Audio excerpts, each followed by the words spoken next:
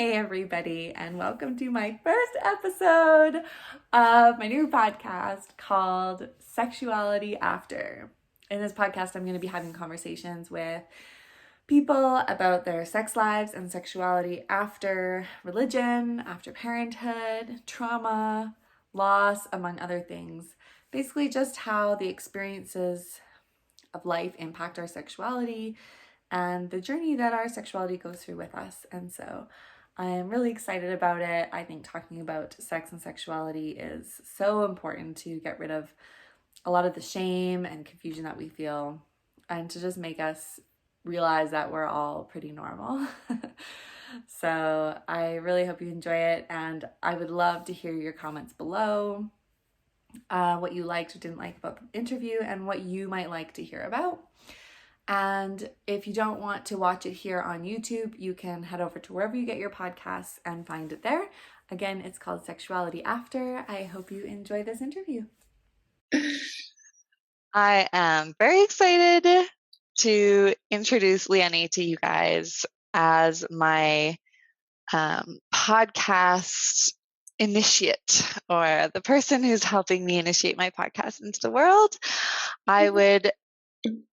I wanted to do this with her more than anybody else because her and I went through the course together to become Vita coaches, and we worked very closely together, and she was so instrumental in my own growth and my own personal journey to embracing my power more than anything else, and knowing that I didn't have to people please and get really clear on decisions that I couldn't make before I worked with her. And we really tapped into the beauty of pussy magic, I would say, and the power of pussy. And so I'm just really excited to introduce her to you.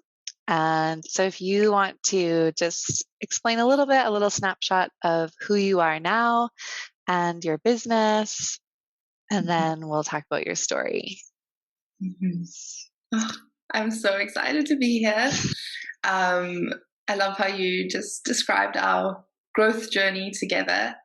And yeah, I love that we're sort of coming together again now after some time after we finished our certifications and just connecting with where we're at. And yeah, so I'm Liane from Liane Elle Coaching, and I'm a women's sexuality and empowerment coach. And that is absolutely my number one passion in the world. And it's the work that I'm obsessed with doing, which is really helping women to connect to their sexuality, to thrive sexually, but also to use that and to access that as a source of power, as you alluded to. And yeah, that's really, I work mostly one-on-one. And I work primarily with women, but I have also worked with some men. And in the context of this podcast, I also really love working with people who have backgrounds in high control religion, as I myself do, and I'm sure we'll get into that. Yeah. But yeah, and I think the center of my work actually did come from our coaching together, particularly when I really connected on a much deeper level with my pussy. And that really informs the work that I do now with my clients as well. Yes, totally. And you have a beautiful Facebook group for women that have come out of high control religious groups. Mm-hmm. Yeah. Yeah, that is very powerful and safe. What's that group called? I've changed the name. It's called the Pleasure Paradigm. Yes, now. Pleasure Paradigm. Yes. Okay. Yes. Awesome. Yeah. Yeah, I think at first I was only working with people from high control religion, but after a while I really realized that I really want to help anyone who wants to access the power of pleasure. So I also work a lot with business owners and coaches, other coaches as well now. Yes. Awesome. Cool. Yeah. So I would love to hear more about your story, about the religion that you grew up in, and if you want to mention some of the things that you were taught about sexuality and sex growing up and the impact that it had on your life. and yeah, just your story. Okay. Well, this could take the entire podcast. So I'll try to stick to the lowlights. Okay, so I was born and raised as a Jehovah's Witness in Cape Town in South Africa, and I was third generation. My parents were very, very active. My father was and is sort of very high up in the, I don't even know what to call it, just hierarchy. High up in the hierarchy. Yes, let's call it that. And yeah, so I was really like born into that as the oldest child, the first child, and I was the quintessential good girl, just people pleasing my way through life, God pleasing too, like just trying to basically just please everyone. Yeah. And yeah, as to your question about what I was taught about sex, I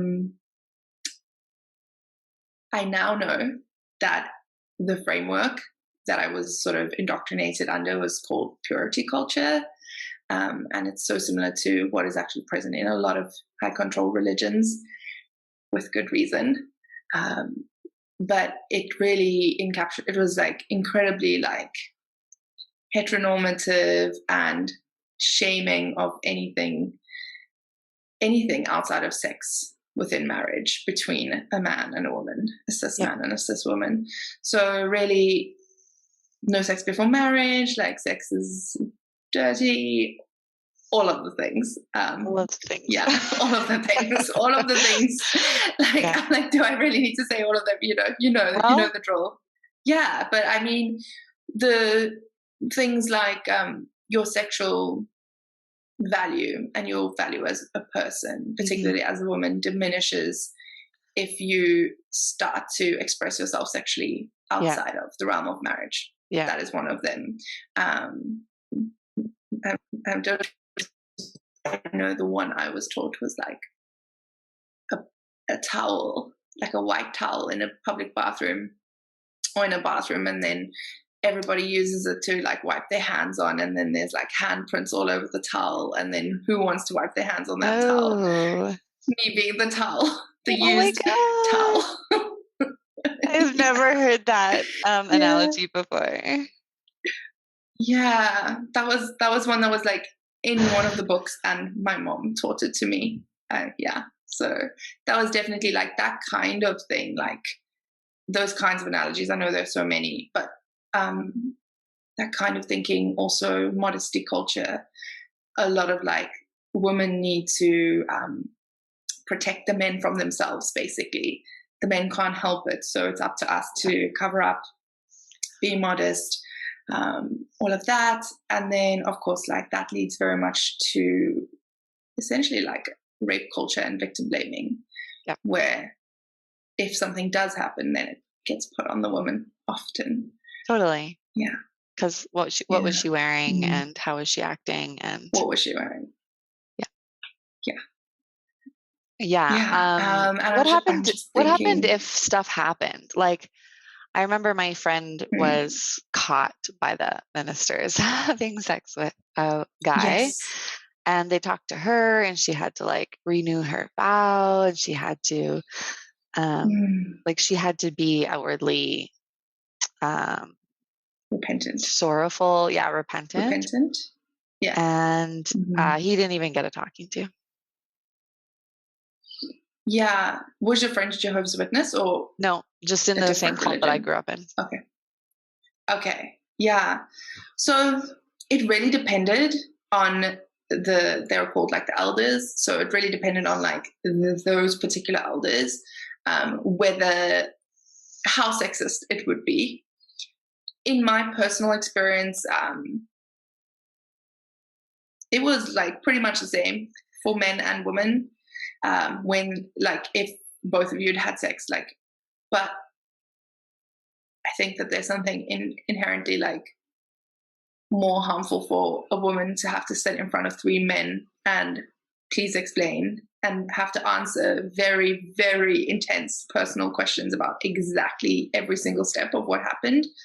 And there's definitely although I wouldn't say it happened in my case, I've heard many other women say that there was definitely a source of like glee and power in the way, like essentially they were asking the questions and getting turned on by the answers. Totally. Yeah.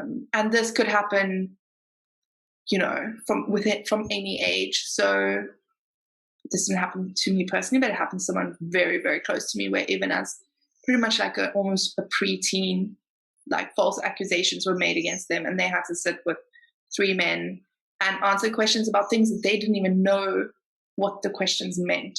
They were still so innocent. Right. So things like that, like incredibly harmful. Yeah. Mm-hmm. Yeah. Yeah. Yeah. One of the heavier ones is also that this is something I remember being taught from a very young age as a child, that if I ever got attacked or raped, if someone tried to rape me, I had to scream, even if there was a gun against my head, which in South Africa is very likely, that you'd have to scream. If you didn't scream, you consented. If you consented, you fornicated, you wanted it, and therefore could be kicked out of the church and cut off from your entire community of support. Oh my God. So yeah, I remember as a very young girl always like running these scenarios through my head and practicing, mentally rehearsing that no matter how scared I was, I would have to scream. Yeah. Yeah, heavy stuff. Totally. And what impact did that have on like your movement into relationships and your marriage and like your own, how did that impact your own relationship with your body? Yeah. So it's interesting because there was always like that, all of that. And then there was always also just my own sort of relationship / exploration with my body. And I discovered at a very young age that certain things felt really good. And sort of instinctively knowing that that was something wrong or shameful. And throughout my life, having this battle of what feels good and what my body knows to be good and what I'm being told is good and bad. So there was a lot of shame and a lot of being at war with myself throughout most of my life into my 20s, where I was just always trying to fight like the desires of my body, even with regards to like self-pleasure as well. Well, mainly. And then, can you give an example of what it looks like to be at war with yourself? Because like, okay, for me, for example, it would be like the biggest example that I have of that is masturbating. Yeah. Feeling like so guilty and then being like, hey, I'm like never masturbating again. I promise. And I like pray about it all the time. And like, every New Year's, it would be like, okay, this year I'm not masturbating. And then like, it would call to me and I'd be like, masturbating feels so good. And I'd be like, like the crushing guilt and shame about it. Crushing guilt. That was, well, yeah, for me, like that was at war with myself. Yeah, that I just didn't describe it, but that is exactly what I would have said. That constant bargaining with myself and with God as I perceived him to be. And also I made like all these excuses in my head and these stories of like, okay, if I'm allowed to have this pleasure with my own body, then that somehow makes me less likely to do it with someone else, which was like even worse. So then I started making these bargains like, I promise I won't ever do it with anyone else if I can just do it with myself. Right. And so that was part of the bargain. I did not. I was not that smart. And then I was like, oh, because then after that and I held up for a very long time. And like, it was my husband to be, and I never had like penetrative sex before my wedding, but just fooling around. then it became, well, now what do I bargain with? Because now I can't even use that. Like, so yeah, but I think like this, it sounds funny now, right? Because we're out of it. But at the time, it was this deep sense of like, there's something so wrong with me, something so fundamentally bad inside me, and that I couldn't control it. And then wanting so much to be good and doing all these outward things that are good, but inside having this like very real fear that I was going to die, in like Jehovah's Witnesses call it Armageddon, but like essentially like an apocalyptic end to the world. And really living with that fear, because no matter what I did, I basically couldn't like fight the desires of my body well enough. Yeah, which makes you like very sinful and not close enough to God. And you obviously aren't praying hard enough. No. Oh my God. Yeah. Oh, yeah. Wow. I haven't thought about this in this much depth in a while. But it's like when I start speaking about it, it's so real again. I just can remember it so clearly. And then, to answer your question about marriage, I ended up getting married when I was 20. So very young. My husband was 20, also 20. And that is what happens to the vast majority of Jehovah's Witnesses, because they just want to have sex. Yeah, totally. So they get married very young. And then I think this is something else I often speak about, which is like this double bind that purity culture puts you in, where as a woman you have to be pure, virginal, like basically non-sexual completely until the eve of your marriage, and then transform into this like vixen sex goddess that can satisfy every whim of your husband's. And now it becomes like this duty, and you can't say no, and you also have to be really good at it, and it's just impossible. It's impossible. And the part that I have like firsthand experience with, and I know so many other women do too, is that fear that you've carried in your body around sex for so long, and it is an actual fear of death, because you're literally told you're going to die if you have sex before marriage.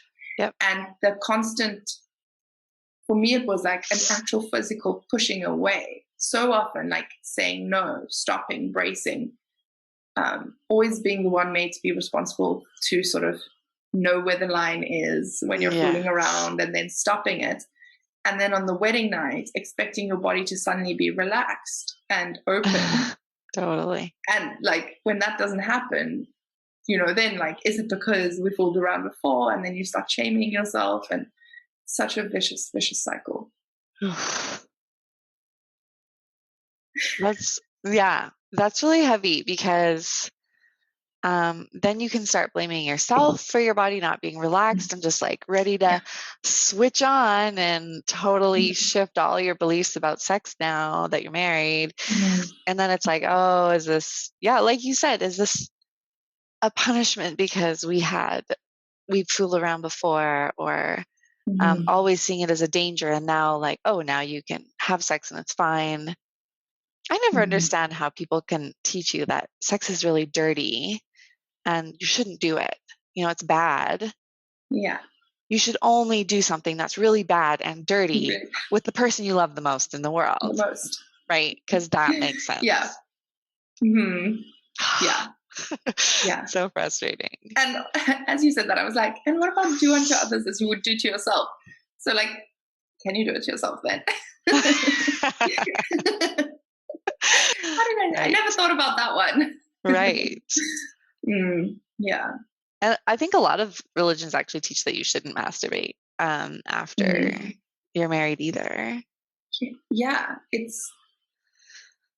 I always struggled with that as well. And then at that point I was like, I still felt so guilty about it, but I felt a little bit less guilty somehow, but it was still completely wrong in their eyes. Right. So how did you work through that with your husband, or did you? And kind of what's the next trajectory in your life with that? Yeah. I'm trying to think if we ever worked through that. I would say probably no. I was very uncomfortable speaking about sex. And in hindsight, I think it's because I was stuffing down and repressing my sexuality so much that I actually created this false persona of this very innocent, naive, non-sexual person. Yeah. Even within my marriage and my friendships, because I was so scared that they were going to see that I was actually like this, I don't even know what the word is, like sex freak or something. Sex goddess. Yes, exactly. Yeah. So I would really not speak about anything sexual to anyone. I would act very coy. And with my husband at the time, it was like,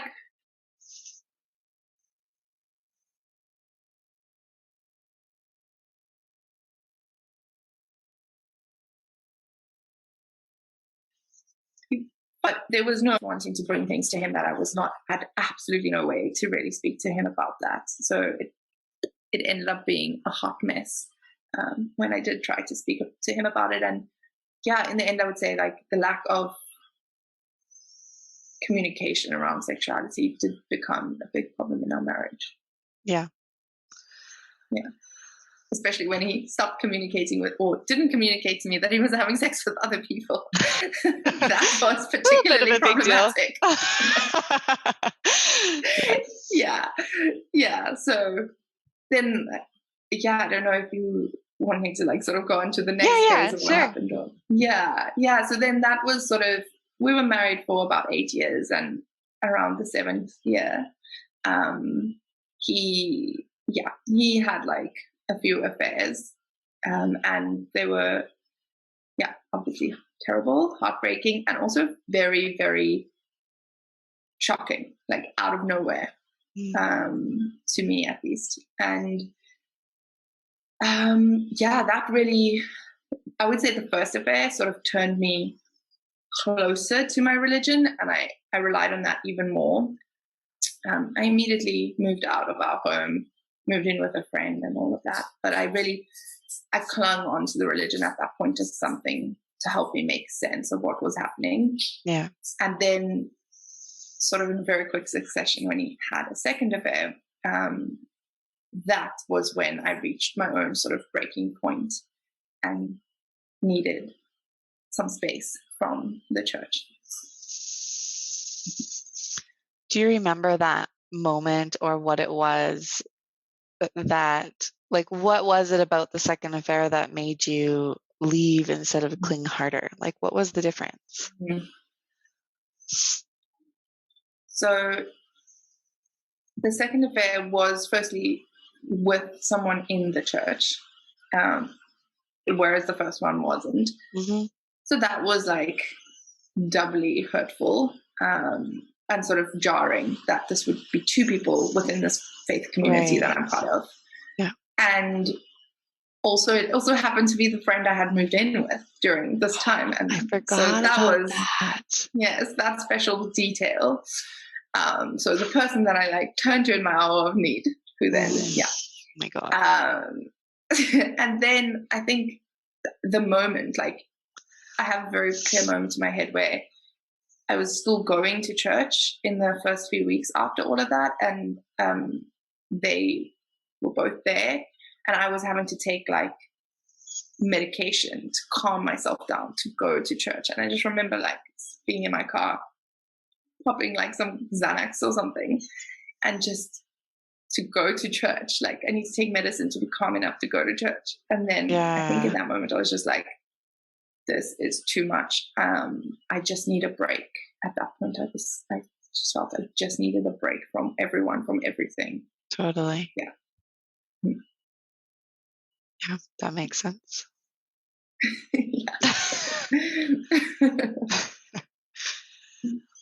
And so from there, kind of how did you heal from that, and where did your sexuality go from there?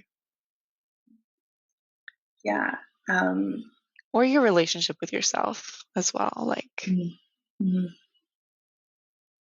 It was really interesting because that was the first time in my life that I then, at 28, I think, had to moved in by myself somewhere to live by myself. I had gone straight from like my father's home to my husband's home. Totally. And now I was going sort of on my own. And it was really a fresh start is the nice way of saying it. But I mean, it was like a devastating loss of everything that I'd known up until that point. And a few things happened, but during that time of me sort of taking a break, I'm trying to remember what came first. A few different things happened, but I essentially, I think at that point I was like, well, now I'm going to have sex. I'm going to have fun. So I started experimenting sexually more than I ever had before. And one of the biggest things that actually I think really shifted the direction of my life was I also needed to find a new job. And I started working at a sex toy company. It's like the business manager for a sex toy company. And that was, I think, that was basically the thing that changed everything. Yeah, exactly.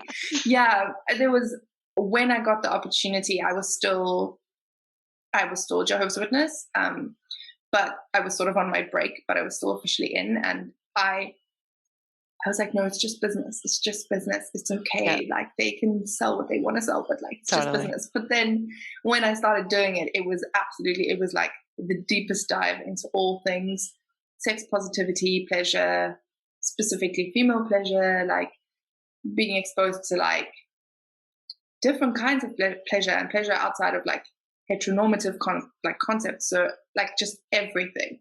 Yeah. And I met incredible people who became such good friends and supports to me, and also just mentors, I guess, as well. And that was really where I started. Like I always say, it's not like your sexuality isn't something that you get from somewhere outside of you. It's like you uncover it. Totally. And yeah, that was when I really was able to just let go of a lot of what had been holding me back, and just start expressing and enjoying my own sexuality with a lot less shame. Yeah. Okay. I have 2 questions. Okay. I want to know, what was do you remember one of the first beliefs from working at that store or for that company and being around sex positive people, one of the first beliefs that really stood out to you as, oh, this is different and this makes sense and this is good? That's such a good question. Let me think about it.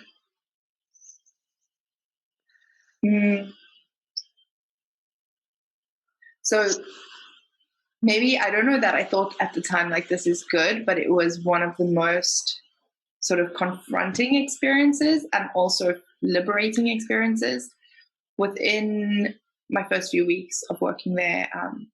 It was a startup company. I had to arrange a photo shoot for all these beautiful, high-end, gorgeous sex toys, and we ended up doing this photo shoot in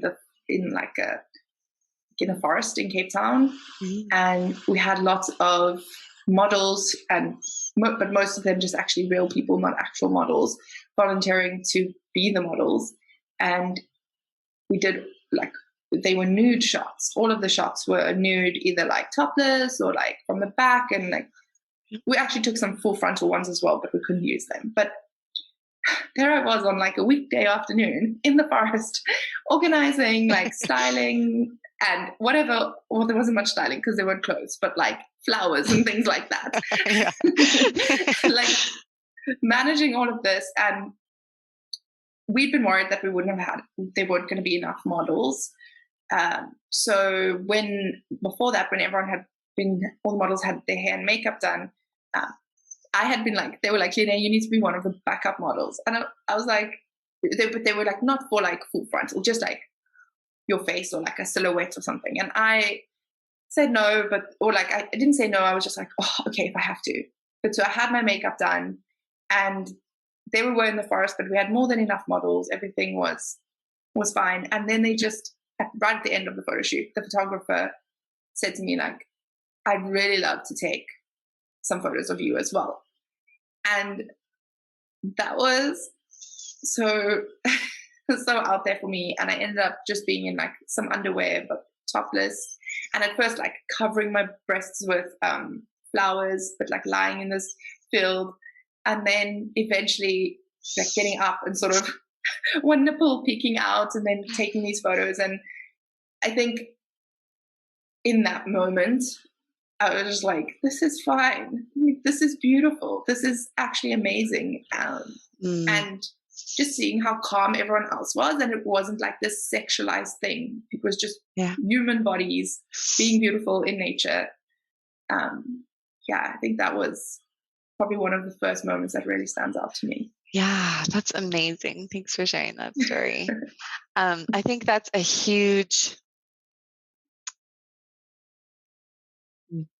huge tool or process of deconditioning that's helped me throughout my deconditioning my sexuality specifically is being in those situations or putting myself in situations like that and seeing, oh, this is safe. Like nothing's happening here. There's oodles of consent. There's lots of respect.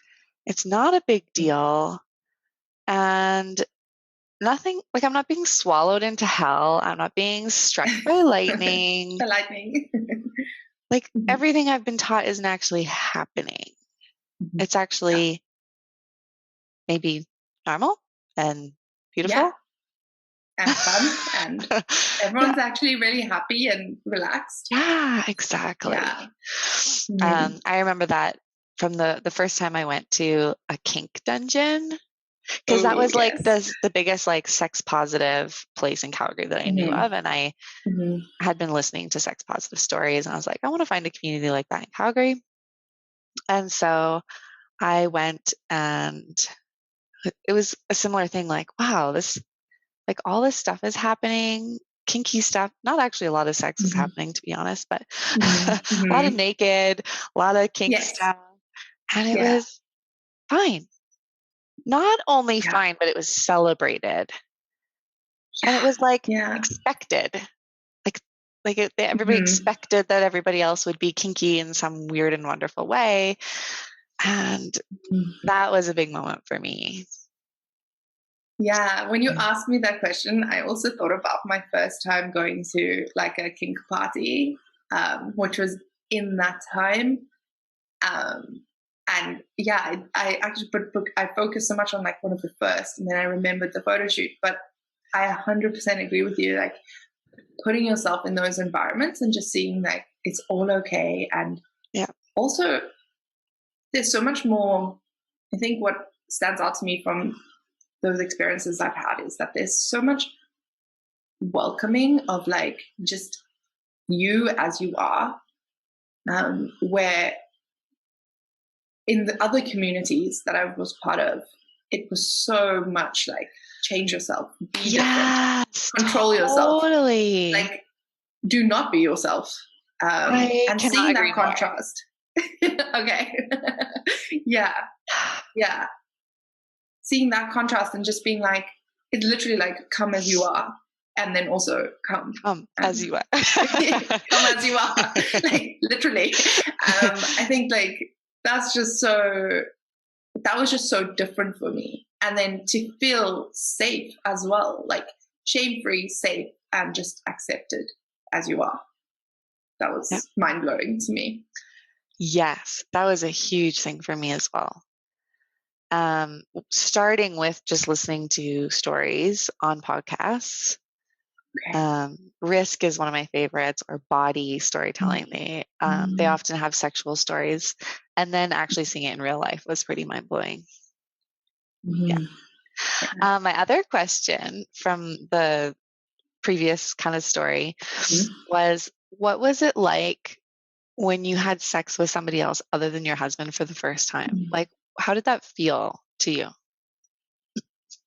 Yeah, it's really funny because the first person that I had sex with after my husband was actually my boyfriend from before my husband. So like I completely regressed and rebounded to like 15-year-old. Sure, makes sense. And I think it was like, I was like, okay, well, that's someone I know and trust and never got to have sex with.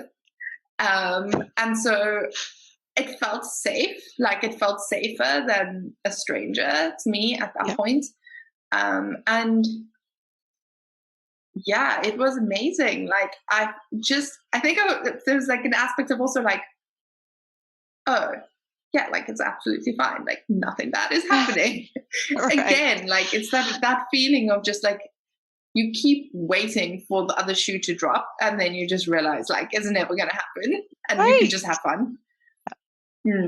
Yeah, so I think like, and then as I kept exploring more and more wildly and freely, I just realized like it was all fine. As long as there was consent, it was all fine. Yeah. I didn't jump so far into the deep end. Well, my story is different, but I started exploring the safety of outside of what I had been taught by like clothing, like, oh, I'm going to wear a shirt with no sleeves. Oh, my skirt's going to be above my knees. And it's like, wow, nothing's happening. I still like, it's only been a couple of years that I've worn shorts too. Like the jump to shorts was really hard for me.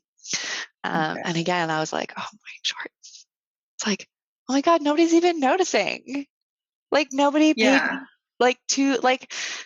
nobody even noticed that I was wearing shorts. It was like this huge deal for me. Anyways, so. Yeah, I remember that feeling of like going home with someone and just thinking like, everyone's watching me. Who's that? And like, no, nobody even noticed. Like nobody cares. Nobody notices. Cool. Okay. So tell me about kind of the internal shifts that happened and like, how did that impact things like your confidence and your happiness and anything else along those lines? Like once you started to explore and realize that your sexuality was safe. Yeah. It's interesting because so much of what I believed and about the religion and their concept of life fell away, not instantly, but once it started, it fell away very quickly. And in a way, it was almost like a house of cards that just collapsed on itself when I finally looked. And because of that, it very quickly took away so much of what I had been afraid of. I'd already been I had been having sex and experimenting on the side, but I was always under the idea of like, well, I'm still doing something wrong. Like nothing bad's happened, but it's still wrong. And I'm going to go back to the church eventually, soon. But any then, day now. any day now, except now I have a boyfriend and I don't know what to do about that. And then, I mean, thankfully, I did some research when I was finally brave enough to look. And when all of that sort of fell down, it really was very liberating because I just realized that I didn't have to believe in anything they said, including everything about sex. And I'd already had my own lived experiences up to that point that were basically all fine and great. And the only thing holding me back was them saying that it was still wrong. And when that fell away, then I think I just embraced it completely. And yeah, so I think the internal shift was just like the shame around it just really melted away pretty quickly. Like there were still some remnants, but it was like a sigh of relief, like, oh, I can actually trust what my body's been telling me all along. And so, yeah, that of course like led to just more confidence and just freedom, and just in all areas. Actually, I think learning to then be like trusting my body. Like if my body says like this feels good, or my intuition tells me this is the right next step, actually trusting that, as opposed to what I was told, which was like never trust your heart. Yes. Or your intuition. That is such a huge message that we get in religion. I'm still learning how to trust myself, but yeah. Because it's not just in religion, right? It's also like everywhere else. So it's like life after religion, or sexuality after religion, but still within like the patriarchy and like the other society, systems of society oppression. at large. Yeah. Exactly. So it doesn't just disappear overnight. Totally. Yeah, absolutely. Cool. And how long after the House of Cards came down did you take our course? I think that was about 2 years. Oh yeah. 2 years. Yeah, it was about 2 years later that I started the sex, love, and relationship certification. And yeah, in between that, I'd actually been diagnosed with PTSD from the severe and overwhelming loss of everything that happened at the time, because I was shunned and all of that by my family and everything. So you lost like your husband and your home and your belonging. Yeah. And my business that I just started. My family, my community, security, my cats. Your cats.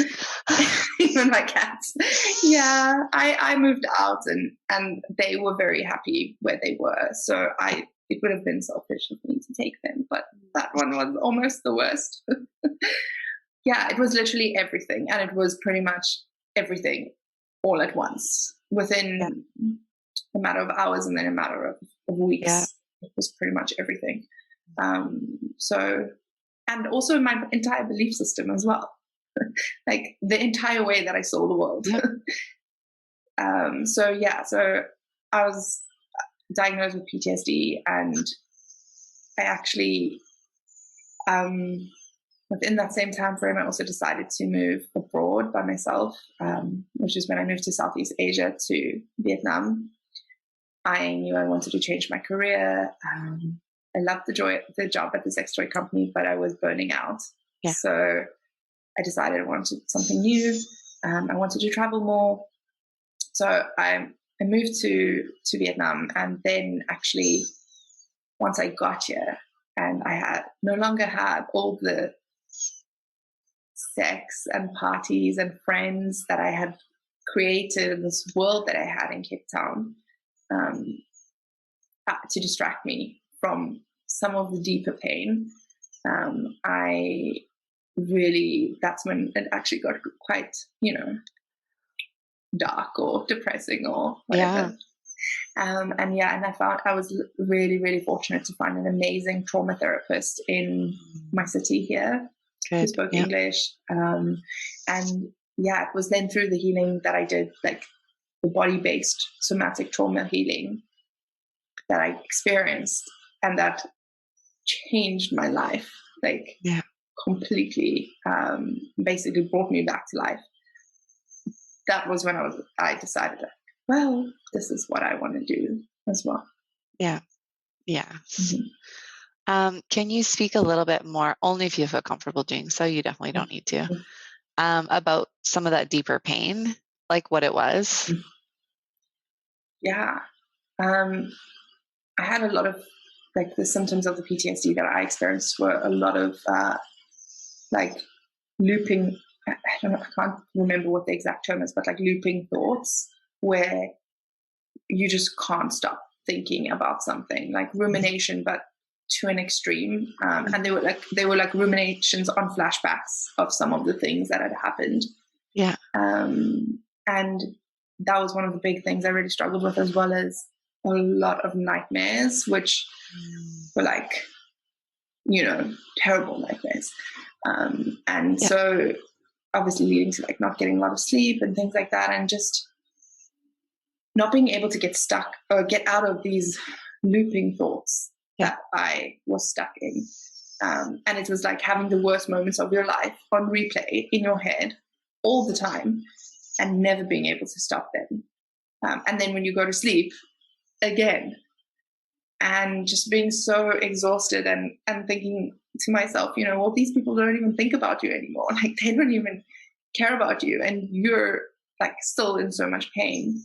And yeah, it definitely got to, there was one night where it got to the point where I've never been suicidal. But I got to that point where I was like, I can see why some people would see that as an out. And when I had that thought alone in my little bedroom in Vietnam, I realized like, okay, you need to get help. Like, you can't go down that line of thinking. Yeah. And that's actually when I Googled and found a trauma therapist and emailed her at like 4 a.m. in the morning. And yeah, that really, really helped. Yeah. Mm-hmm. It's interesting, those moments, they really define our life, hey? They really The do. moment where we just say, this is ridiculous. I can't do this anymore. Mm-hmm. I had some PTSD as well. And I also had really bad nightmares, like Armageddon, violent, horrible nightmares. Yeah. And I had 4 nightmares, 2 nights in a row. It's like 4 nightmares one night, 4 nightmares the next night. I was like, that's it. Like, I can't. Like, I would have nightmares every night, but almost every night, but usually like one. Mm-hmm. And when that happened, I was like, I can't do this. Like, something is going on. Mm-hmm. Mm-hmm. And same thing, like in the middle of the night, I was like, PTSD or trauma or whatever, some kind of therapist. Yeah. I never knew that. I never knew that about you, that you also had that like middle of the night reaching out for help. Yeah. You do it, like, you just get to that point where it's like, I don't fucking care what time it is. Like, I need help. I don't care now, if they see as what time I said this. Yeah. Totally. Mm-hmm. Okay. Well, thanks for sharing that. Mm-hmm. Yeah. It's those deep. Some stuff just gets stuck so deeply, and we just need help and guidance to get out of it. Yeah. And I think also to be like shown the way out, because when I reached that point, I'd been having traditional talk therapy for a few months, and I'd been diagnosed with PTSD, and I was sitting there every week talking about and telling the same stories that I was already thinking about all the time, and just talking. And like, it got to a point where like I was just like, I'm so tired of telling the story, but at the same time, it's like all I think about, but I'm also getting no relief from telling it again.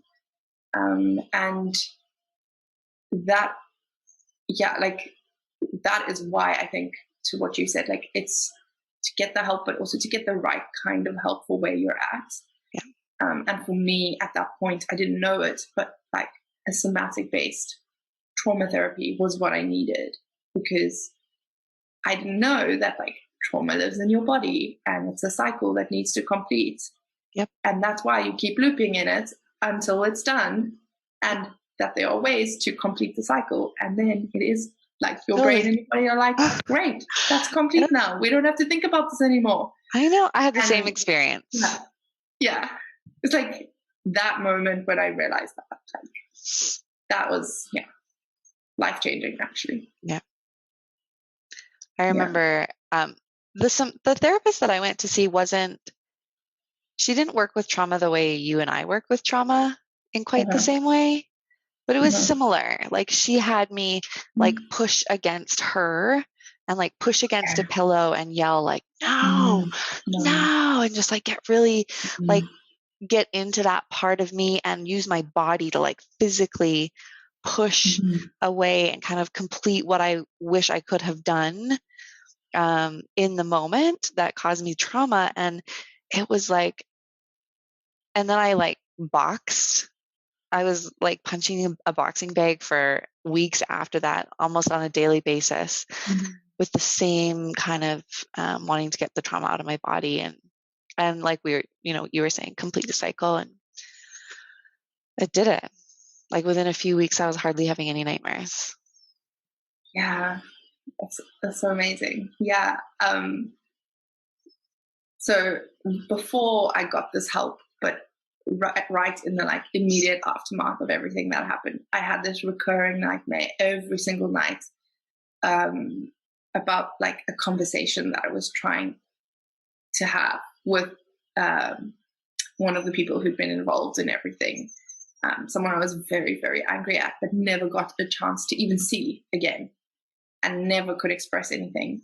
And in the dream, I was trying to hit them, right? Like trying to hit them. It's like that dream where it's like you're trying to run and you can't run. You're trying to scream and you can't scream. And I was trying to hit them and I could not hit them.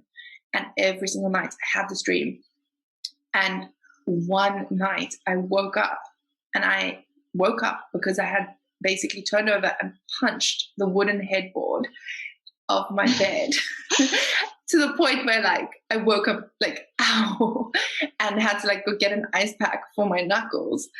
But I finally got to like do the thing that I needed to do, and I never had that nightmare again. Yes, like, totally. It was insane. Yeah. That for me was, and that was before I knew anything about somatics or body or anything. So that was like right at the beginning of the journey. And then when I the first day I went to the trauma therapist, and she gave me this little book, which as soon as I got home and read it, I literally started crying. It's called Trauma is Really Strange. And it's a graphic novel, or non-novel. It's like a graphic little book. You can like find it on the internet. Okay, Trauma is Really Strange. Yeah, and it's got it's like little cartoons and descriptions, but it's like really well researched and backed by science and all of that.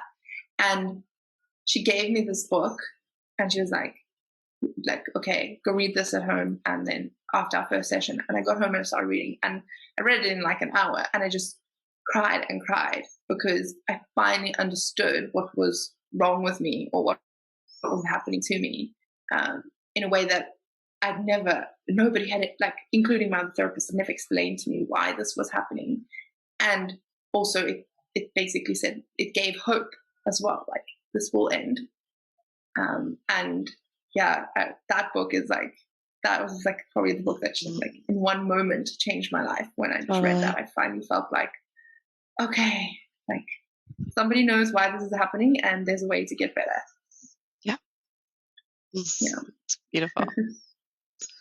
I am definitely going to buy that book. It sounds amazing. Yeah, it's really amazing. Okay, so what are would you say are some internal resources that you've found that have helped you along the way? Mm-hmm. Could you give me an example of one that you would say for yourself? Because I have an idea of what I think you mean, but I would love to know. Okay, I'll give you a couple of different examples. One is my curiosity. Okay. Yeah. My curiosity has led me to where I am, and I am so grateful for it. Like once things started unraveling with like the cult that I was in, I couldn't stop unraveling because I'm too curious and too like I want to find answers. And then another one of my internal resources, I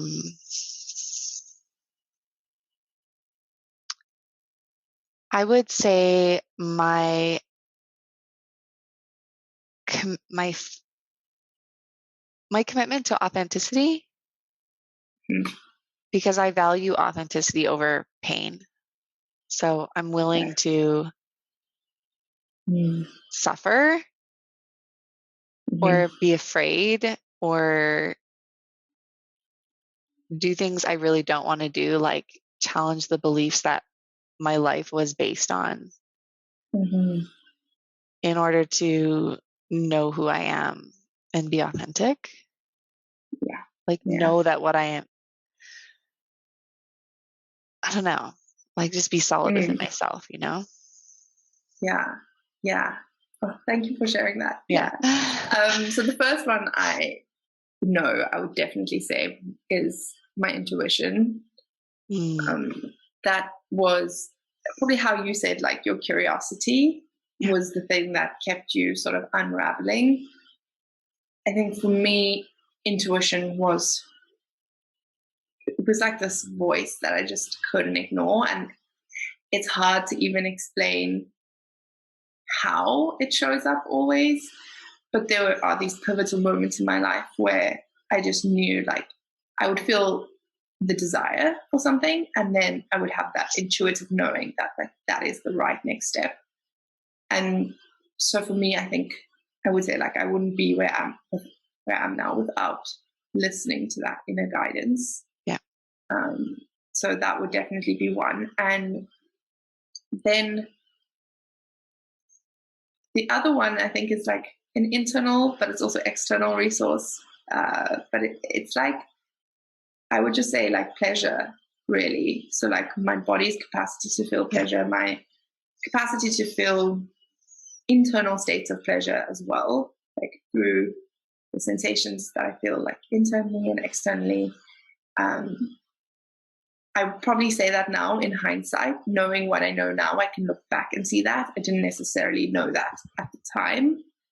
But I think just seeking, like, what feels good and allowing that to soothe me through difficult times has been really, like, it's been like the thing that's allowed me to kind of keep going, like pain, pleasure, like, it's just it's like the ointment that you put on the wounds or whatever, and then later it just becomes like a fuel where they don't even, like, the wounds don't even need to be there, like you can just use feeling good to keep propelling you forward.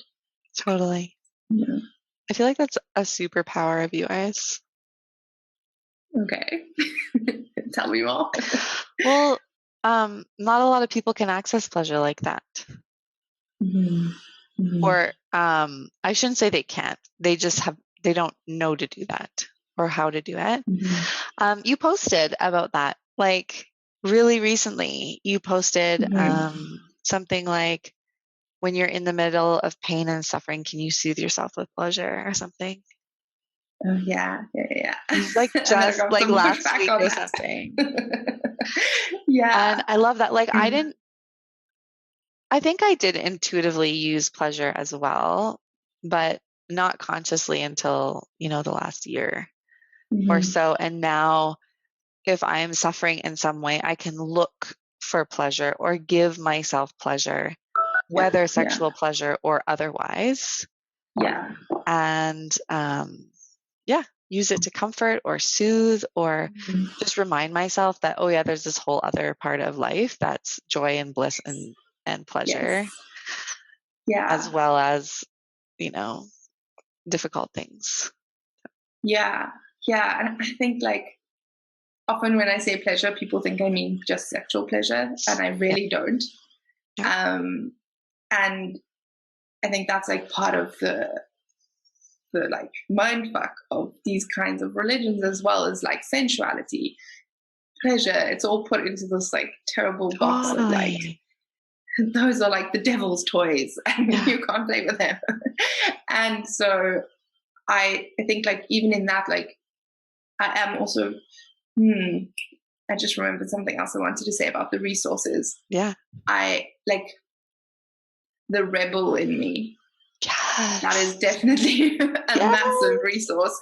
Like, the rebel in me is the one that is like, no, like whatever you've told me I can't do, like it's now that I know that was all made up, like I'm like never gonna listen again, and I'm almost gonna like, yeah, I'm just gonna rebel and take back my freedom everywhere that I can. So to me, pleasure, every kind of pleasure, is something that was always like vilified. And so, yeah, for me, like that's part of my reclamation and part of like accessing and like living out that rebel in me that like desires freedom, is to just like take it back from every place that it's been taken from me. Yes, our inner rebels are huge resources.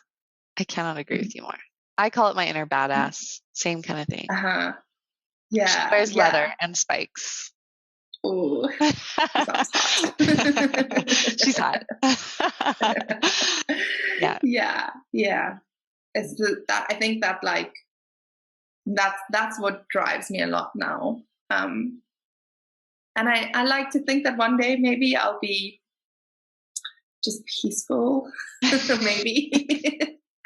But right now it's like that rebel is like this fire in my soul, and I just don't, like everywhere where I see people telling people to do things in a certain way or like follow these rules for no reason, I just can't like let it pass. That makes sense. Mm-hmm. Yeah. Given your upbringing with all rules.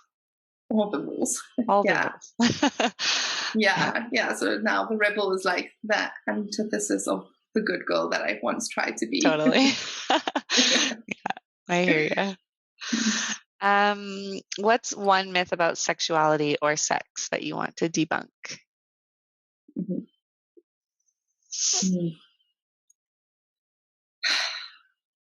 Probably just the one that like I'm broken or there's something wrong with me.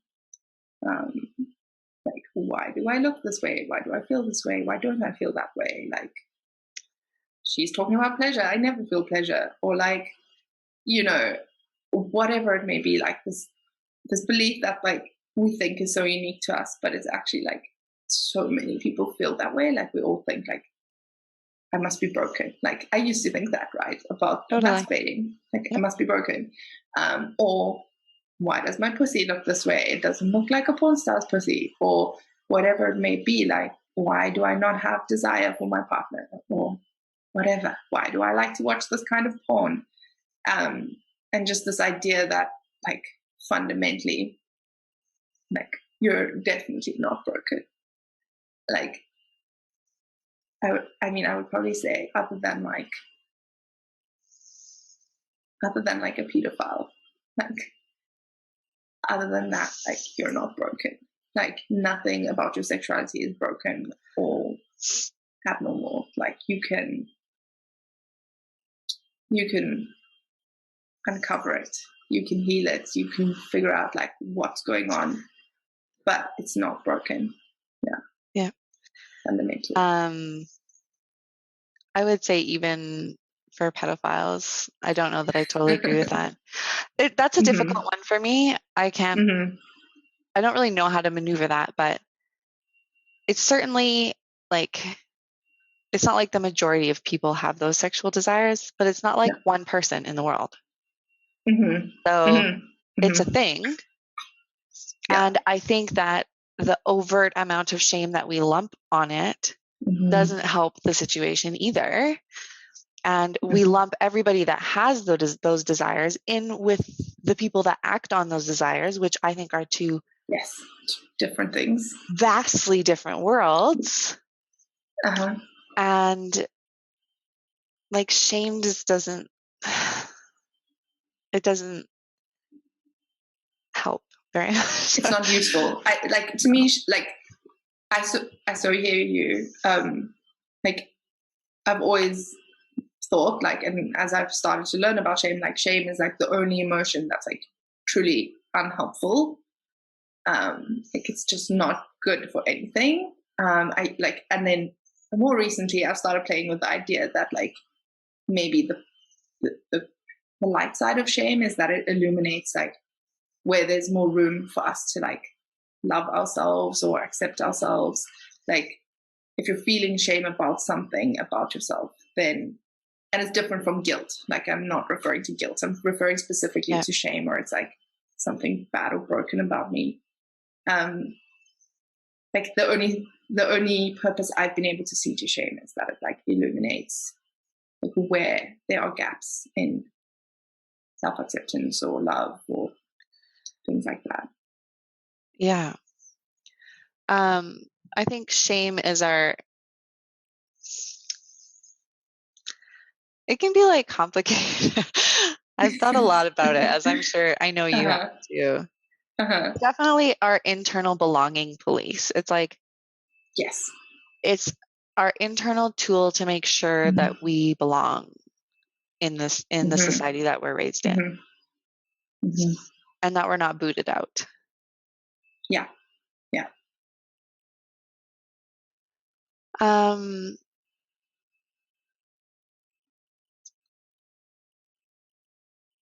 I really love that you chose this for the myth that you want to debunk, is that I'm broken. I feel like almost everybody feels like they're sexually broken in some way, or there's something wrong with them or weird about them. Like there's always reasons for why we are the way we are. And I don't know, have you read Existential Kink yet? Yes, I love it. Okay. Yeah. So that kind of talks about that. But we are all wild and wonderful creatures, and our sexuality is like where our shadows dwell. Because like we don't talk about it. Yeah. And like the way she explains that you want to like have the full range of human experiences, like that is like, I mean, she explains it very well. Yeah. And I definitely can't articulate it as well. But this idea that like that you are driven to have the full range of human experiences, and you want to experience the light and the shadow and the good and the bad. And even though I don't like those terms, but there's that idea. And I think like in sexuality, it is where it often comes out a lot. And then the internal shame police come on board, and they're like, you can't like that. What will society say? Yeah. And I when I like go one step back to the whole, like, I almost always in my head qualify, like when I said like, you're not broken except for pedophiles. It's like, because I always anticipate people saying like, what about pedophiles? So in my head, I just say that. I'm like, your desires are good. What about pedophiles? You know, like anything you say that's like affirming to sexuality and desire, people always take it to that point. Yeah. So I feel like I have this like internal voice that just like already adds that. Like, and I still agree with you that I think it's really not that simple. I really agree with it. It's not that simple. Yeah. And saying that, like, like I was gonna say, just saying that your desires are normal, or that that shame isn't helpful doesn't mean that we need to act on every sexual desire that we have. So there's an element of like self-responsibility and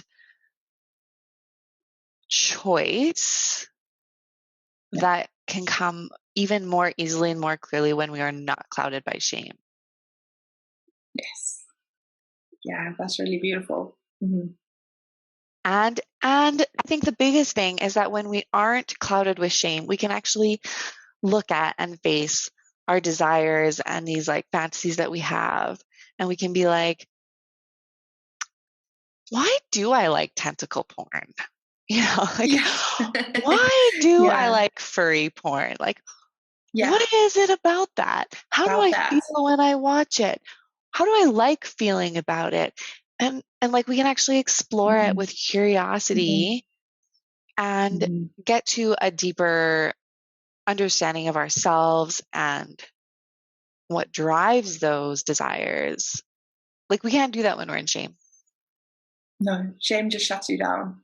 Like, you literally like retract and collapse in on yourself. And yeah, I love how you just explained that.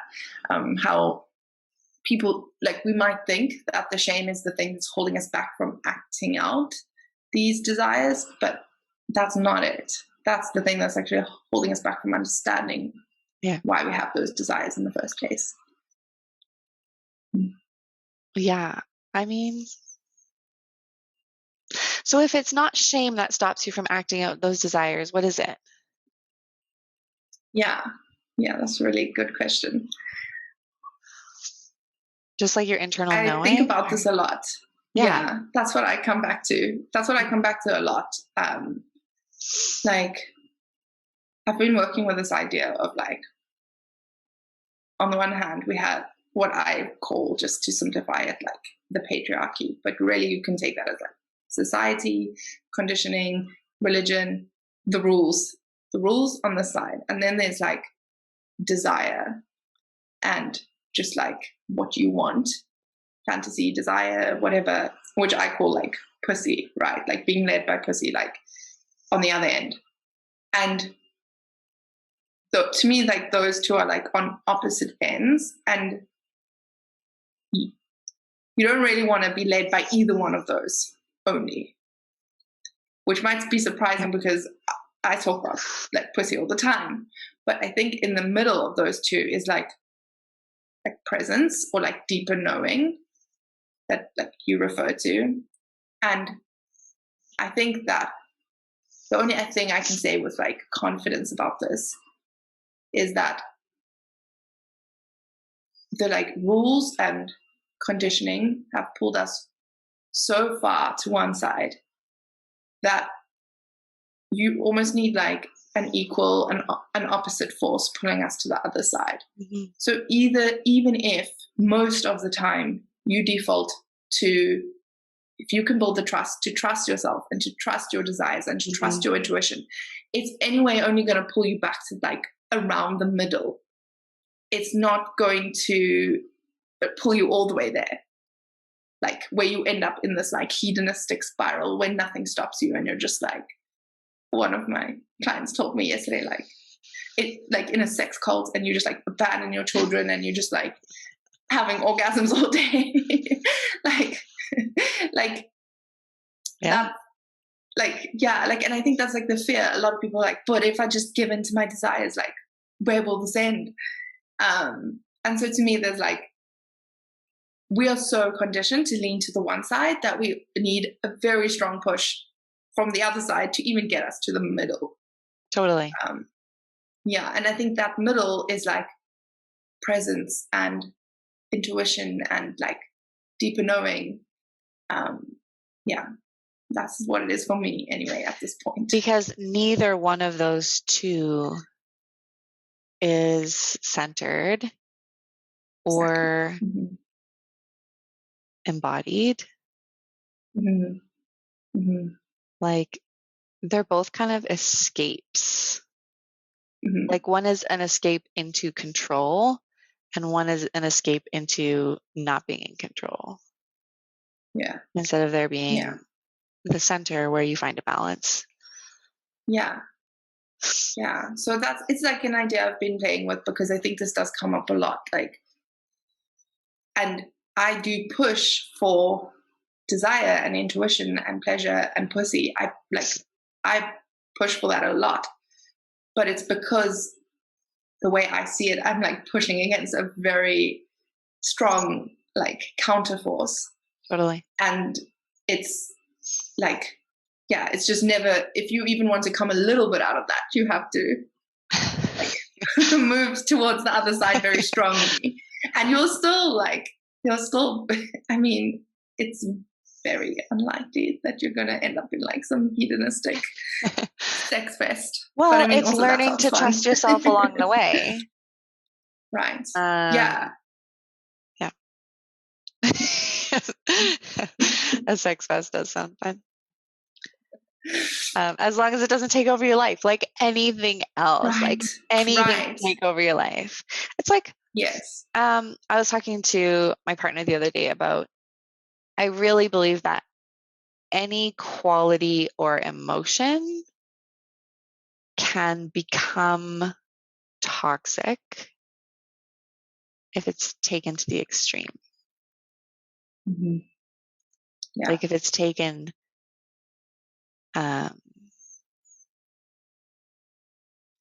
like, yeah. I don't know. I'm still working on that theory. So but I had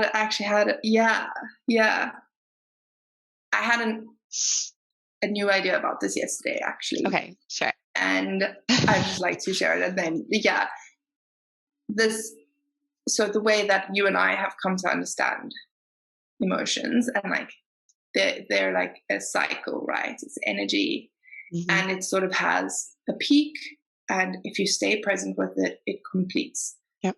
So a lot of people are very afraid of going into their rage or their grief, because what if they get lost and they never come out? Totally. But I certainly have a lot of faith, and because of my lived experience with this and seeing other people do it, that if you just go in and you stay present, so like you were saying with the boxing, right? To like let out that anger and that rage, and if you stay present with it, it reaches a natural like peak and point of conclusion, and then you can feel the completion of it within yourself.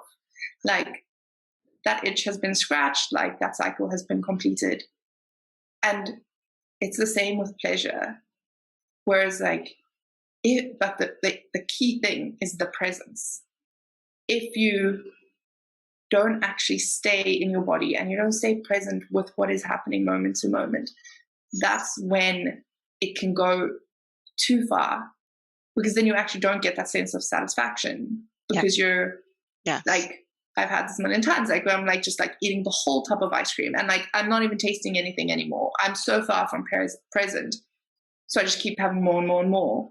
But if I'd actually like slow down and actually notice what I was doing, I would probably not have needed to go as far. Yep.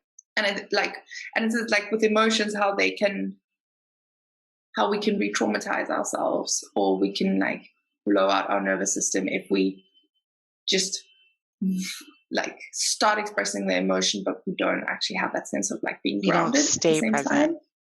We don't stay present. And so that's something that I'm playing around at the moment with pleasure as well. This idea of like the presence being the thing that grounds you and stops you from going too far. Yeah. That was beautifully said. And wonderfully explained. That was great. I love it. Oh, thank you. Yeah, I'm working on it. I'm still working on it. But these are the questions that you and I sit with all day. Love to think about. Seriously. We could talk for like 5 hours about this.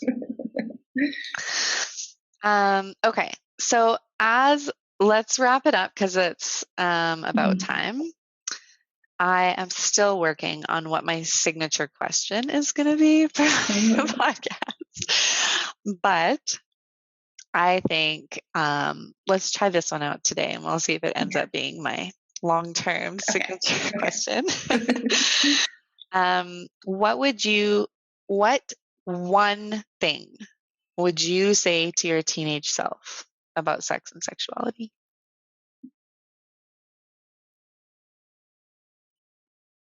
Oh, I feel emotional.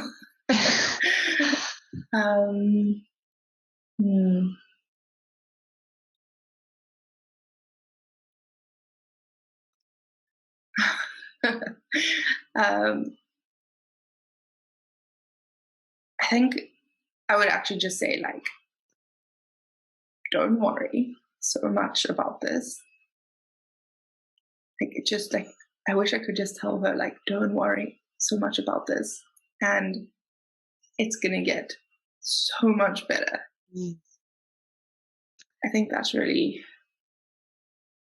beyond, like, you're not bad, you're not broken. Like, actually to just give her some hope Yeah. that it's going to be better one day, and one day she's going to be free. Like, that would be it. Totally. Yeah. Oh, I wish I could tell her. I can. I felt like I just told her. Yeah. Mm-hmm. Yeah.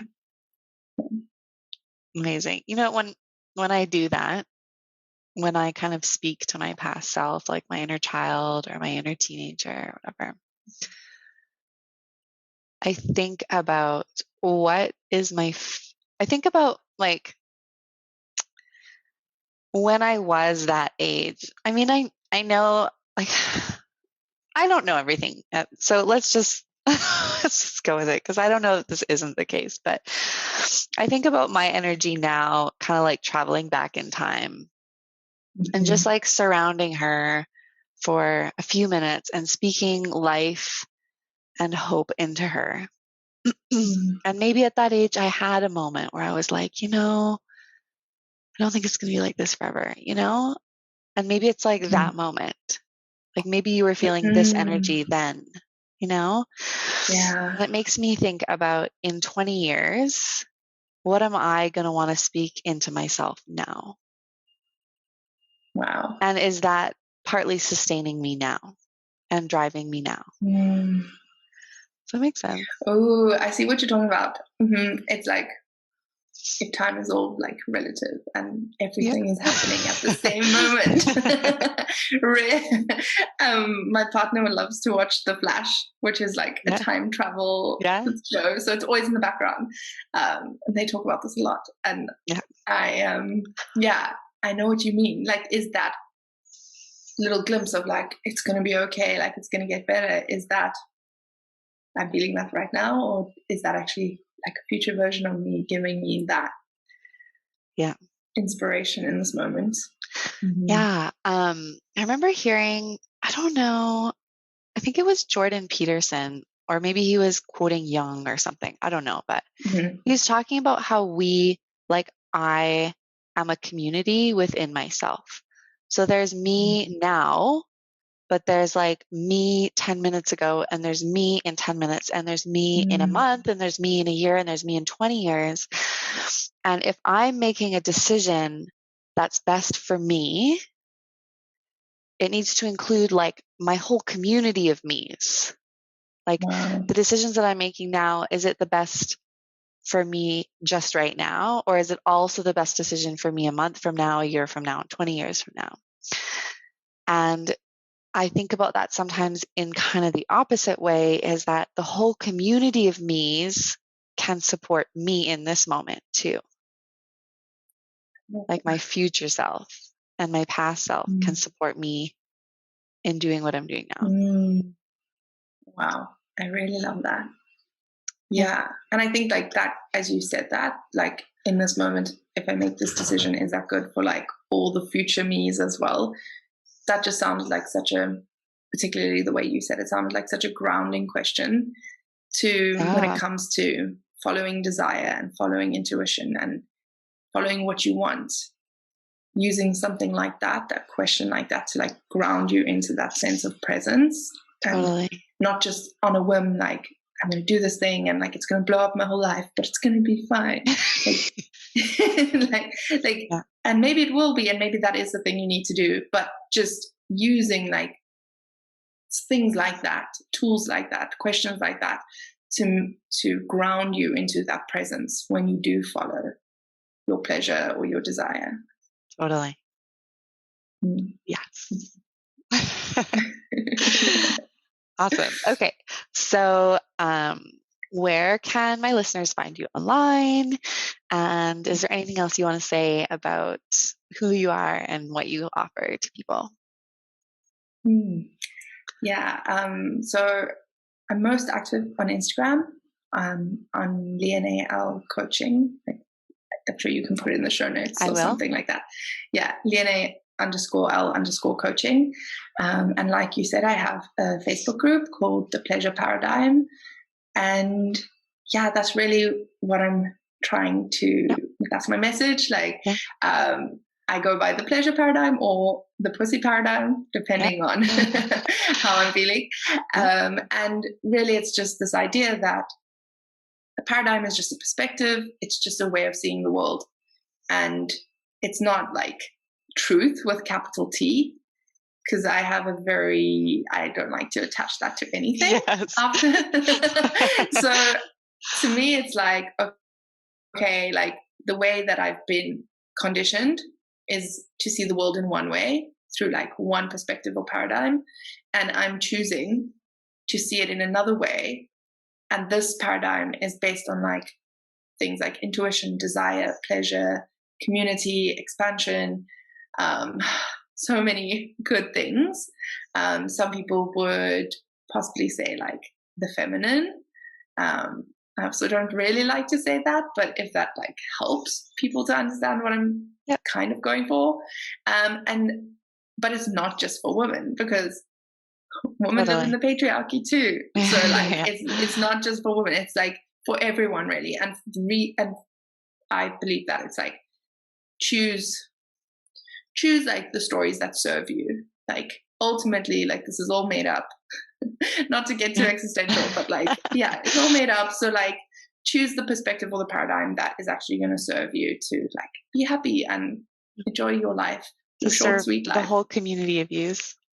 Exactly, the whole communities of yous, and also like included in that is also like your lineage or like your legacy, like what do you want to leave like behind? Like for me, I don't have children, and I don't think I plan to have. So for me, it's like legacy. Like, what do I want to leave like on this planet, in this world? Like, essentially, how do I want to make the world a better place? Now that I believe that no one is coming to save me anymore, and we need to save ourselves. So that's like what I'm all about. And if people like that translates to like sexuality, coaching on sexuality, coaching on empowerment, pleasure coaching, whatever you want to call it. And I'm going to be launching like a very small group program soon, within the next 2 weeks. Only 5 people, very small. So I'm excited about that. And if anyone wants to join that, they're welcome to. Yeah, perfect. Amazing. Thank you so much. I have loved this chat, and we definitely could chat for a lot longer. So someone needs to cut us off. Yes.